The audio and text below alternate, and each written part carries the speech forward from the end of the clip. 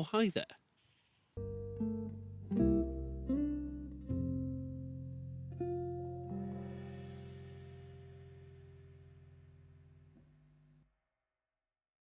This is a yearly review. It's something that I've done for the last 6 years now. I've been doing this channel since I was 15 years old. It is now 2022, the 31st of December, and I'm 23. Oh my god, there's a little squirrel.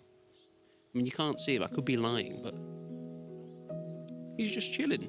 Hello, little buddy.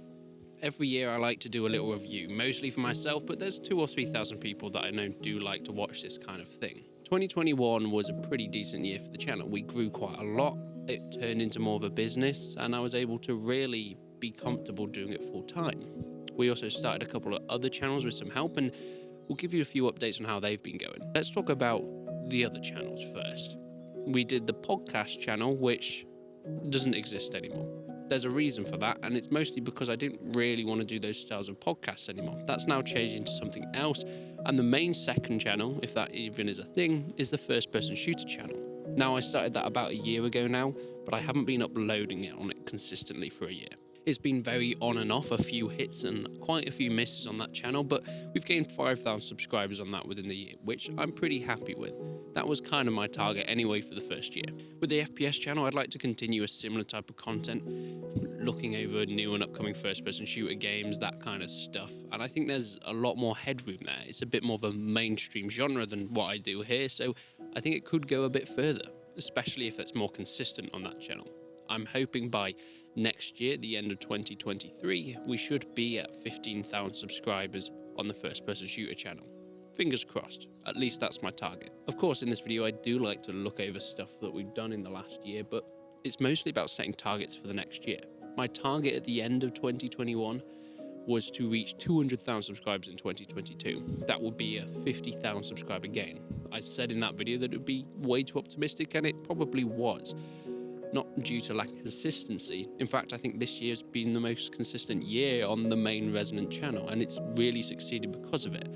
I think subscriber growth has been okay. We've done about 17,000 subscribers this year. We're at 167,000 right now, but it's mostly about recurring viewership and people coming back, and that's been going up massively, and it's been way more consistent in terms of the viewership that we've been having each month. If it wasn't for December, it's very clear to me that going away for a month and just scheduling videos doesn't do the channel all that good. But apart from this one-off month of December doing pretty negative for the channel, it's been very successful, and it's just been complete growth.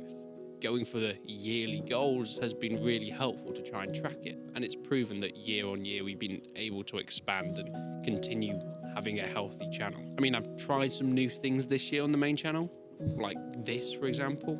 Oh, and what I'm doing right now. I still think there's a little bit of tweaking on what I want to do, and there may be some new experimentation kind of videos coming soon. But fortunately, I'm at the stage where I'm able to do that and able to experiment a bit more without worrying too much about uploading the next Bannerlord video or whatever. I can rely on getting a good amount of views. I mean, speaking of Bannerlord, it actually fully released this year, which had a bit of a lesser impact than what I'd kind of hoped for. But Mannerlords also had a really good demo. That did really well for the channel, and I really can't wait for Mannerlords to actually fully release because, boy, that game looks incredible. So there it is. 2021, we gained 150k subscribers. But at the end of 2022, we're at 167,000 subscribers. Now, the thing to say would be, sure, I could get 200k by the end of 2023. Is it doable? Definitely. Is it likely? Maybe, which is where I'm going to set that target for subscribers. But subscribers isn't really my main point of growth at the moment.